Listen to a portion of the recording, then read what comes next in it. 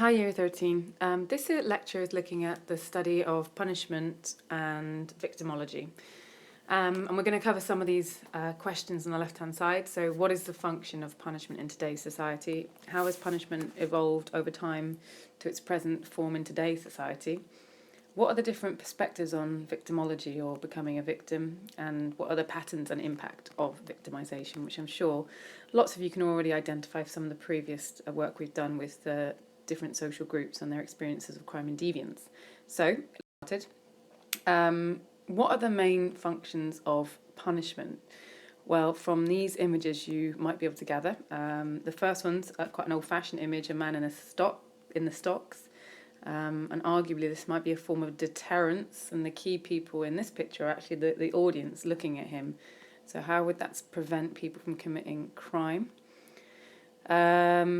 There is also capital punishment, where obviously there is no case for reform. That's clearly, arguably, an argument for retribution, for justice, for punishment for the crimes committed. Is it incapacitation to take sort of criminals out of circulation so they're no longer part of mainstream society and to keep the rest of society safe? Or finally, is the function of punishment in our society to reform criminals so that they don't commit crime again? Now, I want you to consider, based on the previous lecture you might have looked at, which of these support situational crime prevention? So which of these approaches to punishment would support situational crime prevention? And if you could annotate that on your PowerPoint. So when considering the sociological perspectives on punishment, Durkheim is a good place to start. Durkheim, if you consider when we first started looking at crime and deviance, he argued that the role of punishment in society was to act as a deterrence to other people. It's to remind people about the boundaries of socially acceptable behaviour. And by punishing people very publicly, it can prevent other people from committing more crime. One of the criticisms, I suppose, of Durkheim in this case is that he doesn't actually explain very well how criminals end up committing crimes in the first place. And he's been criticised for his use of anomie and the idea that people suffer a break with the collective consciousness. But he hasn't quite explained it very well as to why that might happen. However, for Durkheim, if you can read this quote from his one of his books, the idea was that people were paraded through the streets and they had to endure the pillory, which is an open forum where people could abuse them, they could throw vegetables at them, things like the stocks, for example. And executions, particularly in France, commanded public holidays in some cases. And you've got to think, well, what's the point of having a public holiday for an execution? Well, Durkheim would argue it's so that more people can see the execution and be put off committing the same type of crime or deviance. So, as I mentioned, Durkheim argued that the main purpose of punishment is to reinforce the boundaries of acceptable behaviour. So it forms part of forming the collective consciousness, I suppose.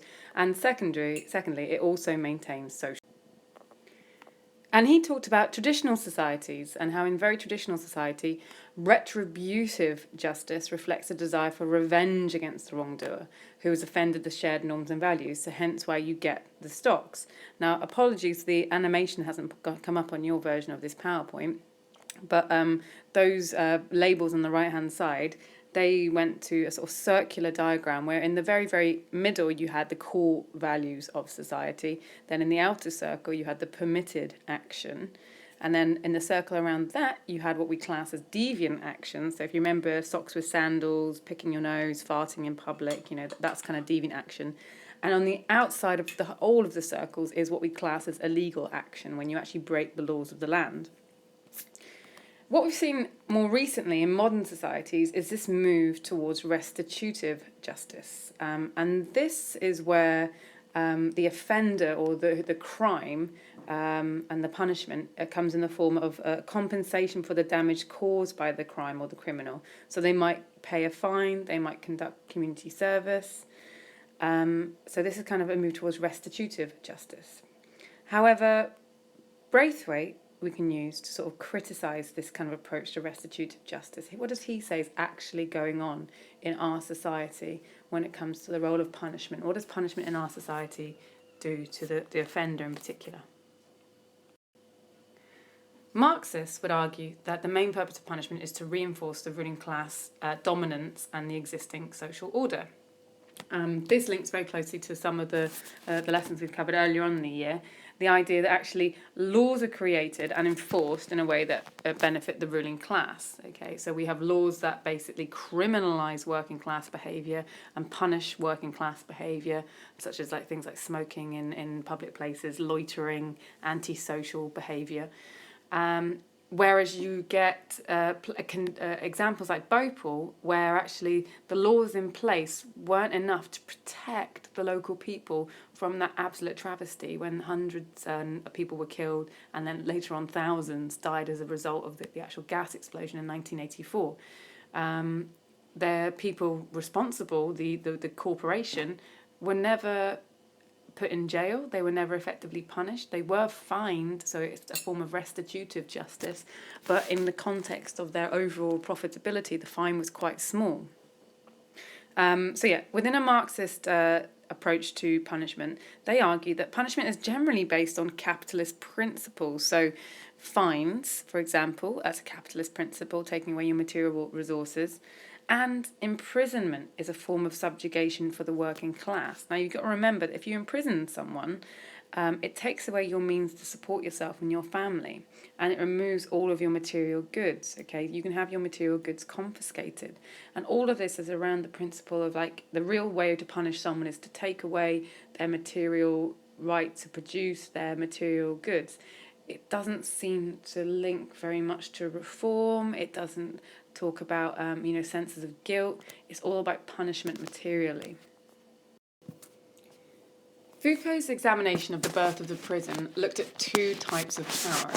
He said before the 19th century, we were dominated by sovereign power, where the monarch would have absolute control over the laws of the land generally, and the people within their realms, and particularly their bodies. Punishment was generally a public spectacle.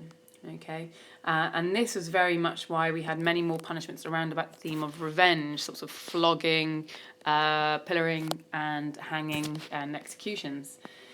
However, in the 20th century onwards, we've moved towards disciplinary power, which is used to exert control over all aspects of a person through surveillance. And he argued that prisons are a good way of achieving this absolute social disciplinary control. And a good example here is a panopticon. So you can see a picture of a panopticon there. And the principle behind the panopticon is that a single guard in that tower in the centre of that image can see into every single cell. And the inmates within each cell, they won't know exactly when they are being watched. So as a result, the prisoners have to behave all the time to make sure that they don't get caught for any wrongdoing. So what we have is a move away from control being enforced upon people because they're scared of being caught, to control moving within the person. Okay, control takes place inside the prisoner because they have to be aware that they're being watched at any point. And arguably, this has led to more reform, okay, within the prison service. However, the panopticon is something to consider for wider society as well when we consider social control. Do we all live in a panopticon today? And arguably we do, if we think about how many CCTV cameras there are. Are we aware that we're being monitored and watched, our internet usage, our mobile phones, our Facebook? Are we all aware and conscious of the fact that our interactions and our behaviour is constantly being monitored? Okay, so as a result, are we actually behaving naturally, or are we constantly behaving as if we're being watched? And if we are behaving as if we're being monitored, then we don't really have that much freedom, and effectively we're all prisoners in a massive panopticon, which is driven by technology like surveillance technology. However, how have the politicians actually convinced us that all of this monitoring is a good thing? So what sorts of arguments have they used to convince us that it's a good idea to have chips in your passports and CCTV all over the country and what have you? Please can you annotate that? Here's an example of a panopticon in action, I suppose, in the Gaol in Dublin. Only a few guards would be needed to monitor all of the cellmates. Okay, they'd stand in the very centre of those sort of rails in the middle, and they'd be able to look inside every individual cell. So I'd like to use your textbooks for this part, and you can borrow one from room 43. How has the role of the prison changed? Okay, I'd like you to answer these questions using page 141 to 142 in your Rob Webb textbook. So how has the role of prison changed? What is the role of prison today? Why is the USA and the United Kingdom moving towards mass incarceration? And I want you to take notes about what David Garland said about that. You might want to link in zero tolerance. What is transcarceration? Can you give an example? And what would postmodernists say about this? And what are the alternatives to prison? Okay, think about things like restorative justice that we've mentioned before in the context of left realism. Here's a couple of synoptic links you might want to consider when writing any essays around about this topic. The shift towards zero tolerance and mass incarceration has close links with the right realist approach, and I'm fairly certain you'll have identified that. And it is worth considering that the patterns of imprisonment within the United Kingdom and the United States actually reflect wider social divisions in our community, social stratification in our society, with particularly the black community and the male community being overrepresented, not to mention the working class community. So actually, where we look at ethnicity, class, gender, and even age, all of those issues can be accurately reflected within the population of our prisons. So this is an example of a question that might come up around about the role of punishment in our society. Evaluate the usefulness of the concept of social control for a sociological understanding of crime and deviance in the modern society. What a wonderful question. So on the next slide, I've talked you through how I'd suggest answering this question.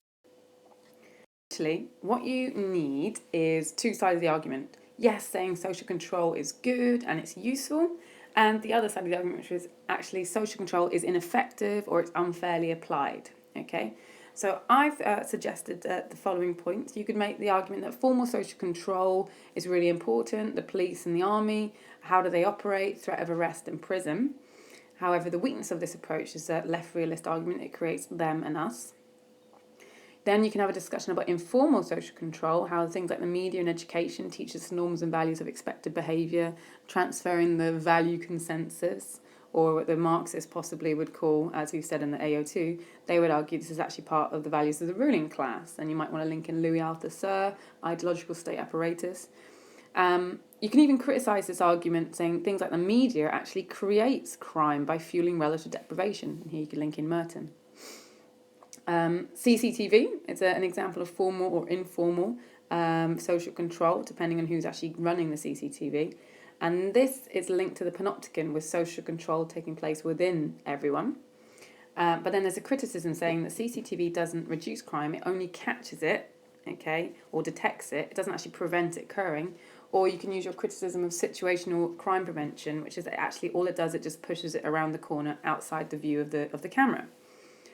Postmodernists would argue that technology is replacing the formal agents of social control. Okay, so arguably, technology is taking over the role of traditional things like the police force, for example. And your AO2 of this argument is actually much technology that's been introduced has actually created opportunities for crime, such as the internet and child pornography. Or, again, it just simply displaces crime, or people choose alternative means of committing crime. And then you would do your conclusion about how effective you think social control has been. As well as discussing patterns in punishment, it's also worth considering the patterns in victimology. This is a topic that's come up more and more often in the Crime and Deviance paper for year 13. And you need to be able to examine the different perspectives on the study of victimology. The United Nations definition of a victim is those who have suffered harm, including mental, physical, or emotional suffering, economic loss, and the impairment of their basic rights through acts or omissions that violate the laws of the state. This may sound like a very comprehensive definition. However, some of the problems include, what about state crimes?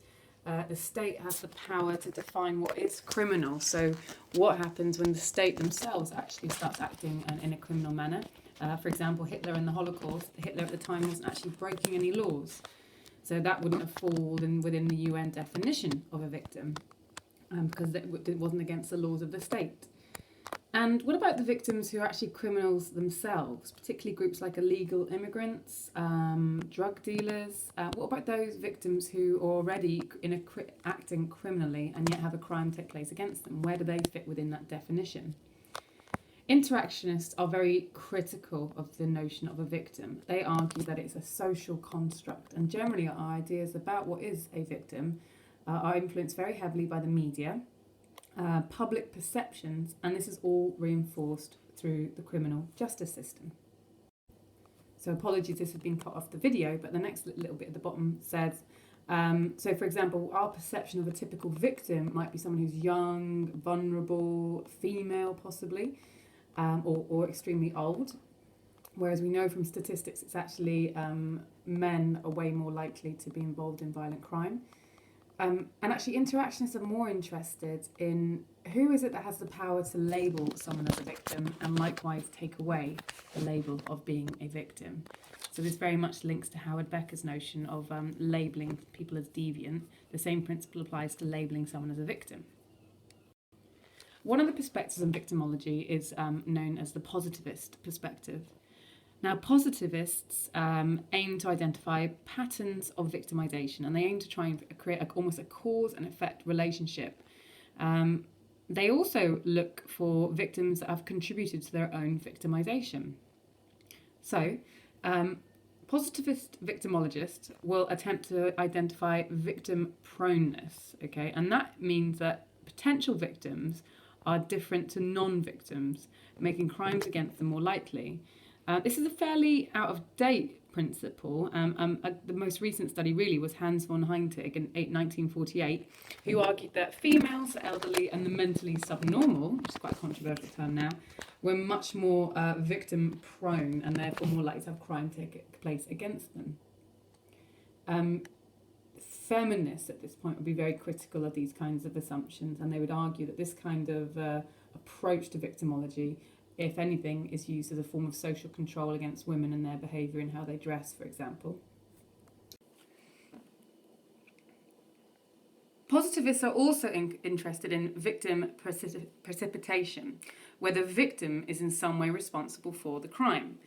Here the case that's useful to use an example is Wolfgang, who studied 588 murders in America, and he argued that 26% of these supposed homicides were actually caused by the victim themselves. He particularly looked at cases where maybe the male victim had actually been abusive or violent towards his victim, maybe predominantly women, and actually as a result of their initial attack, they'd been murdered in return because of violent retaliation. This also extended to street violence as well, when the person who initiated the attack actually ended up being killed in the process of the attack. Now, there are three different ways to criticise victim precipitation. The first one is that it completely ignores the structural causes of victimization, things like poverty, for example. Secondly, it becomes very close to what we call victim blaming for crime. And for the good case study for this is the positivist victimologist Amir, spelled A-M-I-R, who argued that in 1976, 1 in 5 rape cases were actually the fault of the rape victim themselves. Okay. And finally, we can criticise this approach as it doesn't account for victimless crimes, such as vandalism and what have you, or crimes where there's a diffusion of victimisation, such as white-collar crime, tax avoidance. How does that explain victimology, the crimes that don't really have a single victim or a clear victim? Critical victimology disagrees with positivist victimology, and it's predominantly based on the conflict theories. They look at the structural factors that place the poor or powerless people at the bottom of society, which means they're at much greater risk of being victims. Critical victimologists are interested in the role of the state that has the power to apply or deny the label of victim. And this goes back to interpretivist methodologies about the idea that the victim is a social construct, okay? So critical victimology would be favoured by feminists and Marxists. A really good example of this happening very recently is the teenage girls who've gone off to join ISIS, apparently. And note I put joining in red. The government and the media generally are reporting on them going very willingly, but some social commentators are trying to get the message out that actually these girls have been groomed. Now, one label implies that they are criminals, whereas the other label would imply that they are victims. And depending on which newspaper you read, that will affect your label being applied to these girls. Toombs and Whyte are also critical victimologists, and they look at health and safety crimes. And they argue that many health and safety crimes that actually lead to the death or injury of workers are generally explained away as accidents of the workers, shifting the blame entirely away from the employers. This is also similar to the cases where rape victims are blamed for their attacks. What I'd like you to do is research this case where Judge Dewar in America was criticised for his comments in a rape case where he insinuated that actually the rape had taken place because the rapist had been given signals from the victim that sex was in the air. So it's Judge Dewar, spelled D-E-W-A-R. Can you please Google this and add this to your PowerPoint? And can you explain how this supports Toombs and Whyte's argument that victims can sometimes be blamed for the crimes that take place against them, because it's the powerful in society, in this case men, who have the right to label someone as a victim. Arguably, the failure to label also has an ideological function. It hides the crimes of the powerful. For example, the fact that we don't label cutting benefits to disabled people as criminal. That's because our state has deemed it legal and just, despite the fact that it's caused quite a lot of suffering, possibly amongst some of the working class and disabled working class as well. The powerless are far more likely to be the victims of such crimes, and as a result they have absolutely no opportunity for redress. Legally there is no crime being committed against them, so they can't go to lawyers, they can't get compensation, and they can't be defined as a victim. And that makes their experiences of being a victim of a structural crime such as benefit cuts more difficult to cope with, because there's actually no opportunity for them to be recompensed for it. When looking at the patterns of victimisation, it's worth noting that the average chance of someone being a victim of a crime in the UK is 1 in 4. But as you know, the risk is not evenly spread. What do you already know about the chances of being a victim for the following groups, by class, age, ethnicity and gender? But can you also look at page 144 in your textbook and add some statistics to support your point? There's also the issue of repeat victimisation. According to the British Crime Survey, 60% of the population have never been a victim of crime, but only 4% of the population are victims of 44% of all crimes in that period. Therefore, the same people, that tiny 4%, are being the victims of crimes over and over again.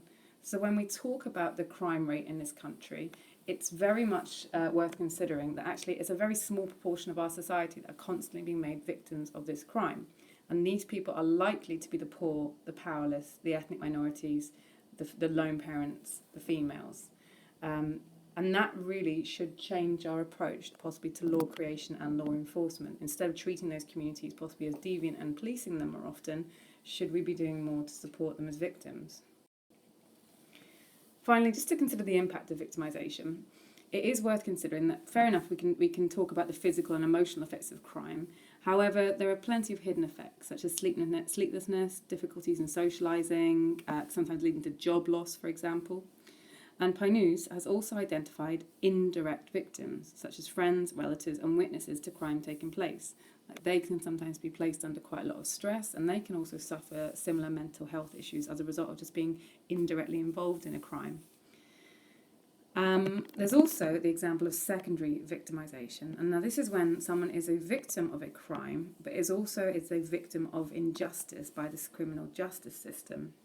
So rape victims are victims of the rape itself, but then they also fall victim to a prejudiced judicial system where the case itself might be thrown out, or the defender found not guilty, and they can be quite poorly treated, with their reputations kind of being dragged through the mud, for example. So they become a victim again. Despite the fact of fear of victimization being shown as being completely irrational, women are more scared of being a victim of crime and being attacked by strangers. And arguably, this fear of victimization does come from, if we think about the social control theory, and preventing women behaving, acting, and dressing in a particular way because of their fear of being victimized by crime. And this kind of idea is perpetuated by the media and the male stream, according to feminists. So here's an example of a question you might have on victimization. You might want to consider how you'd answer this using some of the statistics that you looked at on page 144, and we'll run through that in class this week. Thank you.